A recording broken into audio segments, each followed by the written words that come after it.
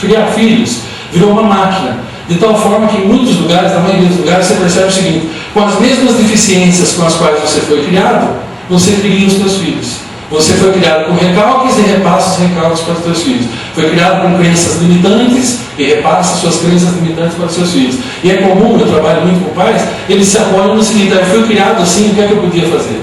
Mas como você vai ver nessa noite, você pode ter sido criado de uma maneira totalmente inadequada, porque talvez seus pais não dispusessem de ferramentas como a nossa geração hoje dispõe. Mas o fato é o seguinte: não importa o que seus pais fizeram com você. O que importa é o que você está fazendo com aquilo que seus pais fizeram com você. São as escolhas que você faz daqui para frente. Não adianta se apoiar no passado para justificar o futuro. Você tem ferramentas nas mãos. Você tem ferramentas dentro de você. Você pode usá-las ou não. Existe uma das frases que são uma das minhas prediletas. Ela fala sobre a natureza humana e ela diz o seguinte: existem 10 fraquezas contra as quais nós devemos nos precaver. Com elas nós devemos tomar muito cuidado. A primeira é o hábito de querer colher sem ter plantado. E todas as outras 9 estão juntas no hábito de arrumar culpados para as nossas falhas. A maioria dos seres humanos é assim. É muito mais fácil procurar a falha fora, quando na realidade a falha, na grande maioria das vezes, está somente dentro de nós. Então uma coisa que você vai conseguir saber hoje é como desenvolver a arte de ser diferente num mundo composto por pessoas que insistem em ser iguais. Humildade de saber que nós nascemos e morremos aprendendo. Humildade de você saber que ninguém é tão grande que não possa aprender, nem tão pequeno que não possa ensinar. Humildade de você entender, se você viu aquela apresentação que eu deixei rodando em looping aqui para vocês, lá no finalzinho ele diz assim: eu fico me perguntando se os filhos foram dados para que nós os ensinemos ou para que aprendamos com eles. Ele, o autor da apresentação, pode até ter dúvida: eu não tenho mais há muito tempo. Meus filhos me foram dados para me ensinar, porque eu aprendo com eles todo santo dia. Esse tempo eu aprendi da convivência com eles. E é por isso que a gente fala disso hoje. Se você tiver humildade para aprender, reconhecer que por mais que você saiba, você não sabe nada, e que você vai morrer aprendendo, e se você tiver uma personalidade construtiva, então você vai gostar bastante do tema dessa noite. Que há 2 tipos de personalidade no mundo: a construtiva e a destruidora. 90%, mais de 90%, eu não preciso dizer que tipo de personalidade é. É só você olhar ao redor. Agora, se você tem essas 2 coisas, você pode continuar e vai gostar. Como funciona a mente de uma criança? Veja aí, algumas cartas escritas por crianças para Deus. Você sabe que criança tem esse esquema de escrever cartas. Olha lá algumas. Obrigado pelo meu irmãozinho, mas eu orei e foi por um cachorrinho. Isso é mentalidade infantil. Eu não pensava que laranja combinava com roxo até que eu vi o pôr do sol que você fez terça-feira. Foi demais. A criança tem simplicidade para olhar as coisas. Você queria mesmo que a girafa se parecesse assim ou foi apenas um acidente? Crianças sem idade escolar, elas têm esse tipo de dúvida. Eu fui a um casamento e eles beijaram dentro da igreja. Tem algum problema com isso? Eu quero ser igualzinho ao meu pai quando eu crescer, mas não com tanto pelo quanto ele. A criança ficou horrorizada com isso, né? Eu aposto que é muito difícil para você amar todas as pessoas do mundo. Na nossa família tem só 4 e eu nunca consigo. O adulto não, o adulto finge que ele ama todo mundo, que ele consegue amar todo mundo. Nós lemos que Thomas Edison fez a luz, mas na escola dominical nós aprendemos que foi você. Eu acho mesmo que ele roubou sua ideia. Isso aí você está vendo, prova. Algumas provas de como a mente de uma criança funciona. Qual que é a dificuldade da maioria dos pais e mães hoje em dia? Eles cometem 2 crimes capitais. Primeiro, se esquecem que um dia tiveram naquela idade. É muito comum eu ouvir pais de adolescentes dizer assim: eu não sei o que esse cara tem na cabeça. Quando eu tenho liberdade com a pessoa, eu sempre respondo. Porque na maioria das vezes a pergunta é retórica. Então você ouve e faz de conta que não ouviu. Para a maioria das pessoas eu pensar, você não sabe? Se depender de mim, vai continuar sem saber. Porque aquilo é retórico, a pessoa não quer saber aquilo. Mas alguns procuram a gente em sofrimento mesmo. E vão não conseguir entender a cabeça dessa criatura. Eu digo: meu amigo, mas é tão simples. Me conte o que você tinha dentro da cabeça quando você tinha a idade dele. Me conte e nós descobriremos juntos o que ele tem dentro da cabeça. O que ele tem dentro da cabeça? Nada. Está tudo misturado dentro da cabeça dele. O mundo é um parque de diversões que de repente se torna para um adolescente, se torna uma coisa monstruosa. Ele tem dificuldade. Então é só você lembrar: o primeiro crime que os pais e mães cometem é não se lembrar que já tiveram aquela idade. É claro que eu ouço alguns que quando eu digo isso, ele diz: mas eu me lembro. Só que quando eu tinha a idade dele, eu pensava diferente e trabalhava diferente. Eu digo: parabéns, você pertence a 1% da população mundial. Você alcançou a perfeição com 15 anos de idade. Parabéns, eu tiro o chapéu para você. Agora volta para a realidade. 99% não consegue ser perfeito. Eu não consigo ser perfeito. Se você conseguiu, parabéns. É mentira. Ele não pensava diferente quando ele tinha aquela idade. Ele mente para si mesmo.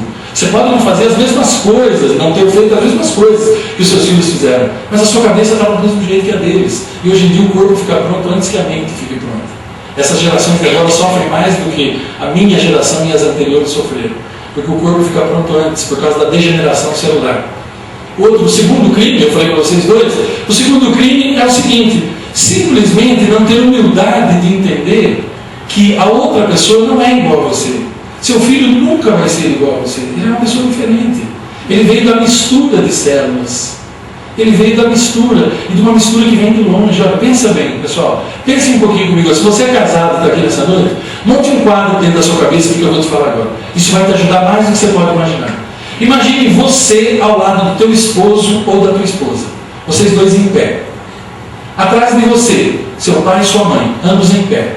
Não importa se eles sejam falecidos ou não. Seja coerente. Seja o que você quer que seus filhos sejam. Você não quer que eles fumem? Não fume perto deles. Você não quer que eles bebam? Não beba perto deles. Você não quer que eles mintam? Não minta. E já foi escrito há muito tempo. A melhor maneira de você criar uma criança feliz, para vocês que são homens, é amando a mãe do seu filho. Se você amar a mãe do seu filho e respeitar a mãe do seu filho, você pode ter certeza que ele vai ser uma criança feliz. Não é à toa que Deus deu um pai e uma mãe. É necessário os dois, o papel dos dois. A criança vive desse amor, desse equilíbrio de um lar bem balanceado. Como eu disse a vocês, eu gostaria de ter entendido isso há muito tempo atrás, mas sempre é tempo, nunca é tarde. Enquanto houver vida, há esperança. E se nós estamos sempre aprendendo, quem tem ouvidos abertos e coração aberto, você aprende. Porque a vida bate à tua porta e ela tenta te ensinar. Felizes aqueles que ouvem as mensagens que a vida manda, porque eles são poupados de novos sofrimentos. A vida vai trazendo para você as mesmas experiências, para ver se você entende. E o dia que você entende, a experiência não se repete mais. O dia que você aprende a lição, aquilo não tem mais que voltar para você. Então seja coerente. Não diga para eles que eles não podem mentir. Quando alguém liga na tua casa, você manda dizer que não está. Eles não entendem. E não adianta dizer que os pais de hoje dizem: não, filho, isso é uma mentira branca. Mentira não tem cor, gente. O que você vai falar para uma criança que mentira branca? A criança não entende. Isso é conceito de adulto fracassado. Adulto é que põe cor nas coisas. A criança não entende. Pai, mentira branca? O que é mentira branca? Cala a boca. Quando você crescer, você vai entender. Se é pequeno, você não entende isso. Ele não entende mesmo. Um dia ele vai ficar igual a você, que pena, né? Vai se tornar um mentiroso, contumaz, igual a você. Alguém que quando abre a boca já fala mentira. Você já viu os exemplos que os adultos dão para as crianças? Você combina de sair com a tua família.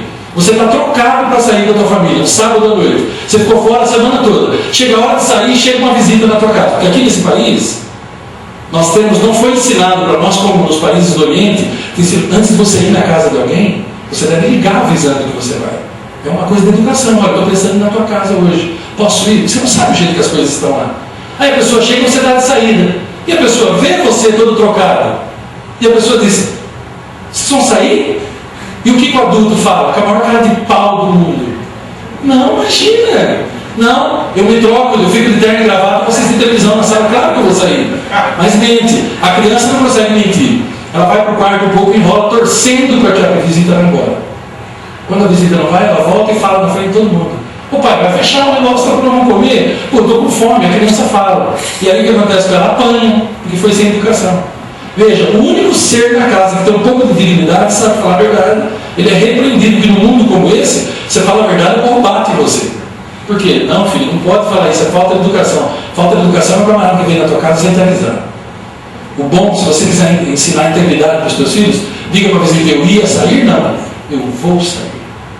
E eu sinto muito que você não tenha me avisado que você venha, porque nós gostamos muito de você, mas eu tenho um compromisso assumido com a minha família. E eu vou sair com eles hoje. Da próxima vez que você me avisa, será um prazer te receber. Se você realmente me ama e tem consideração por mim, você não vai deixar de vir na minha casa por causa disso.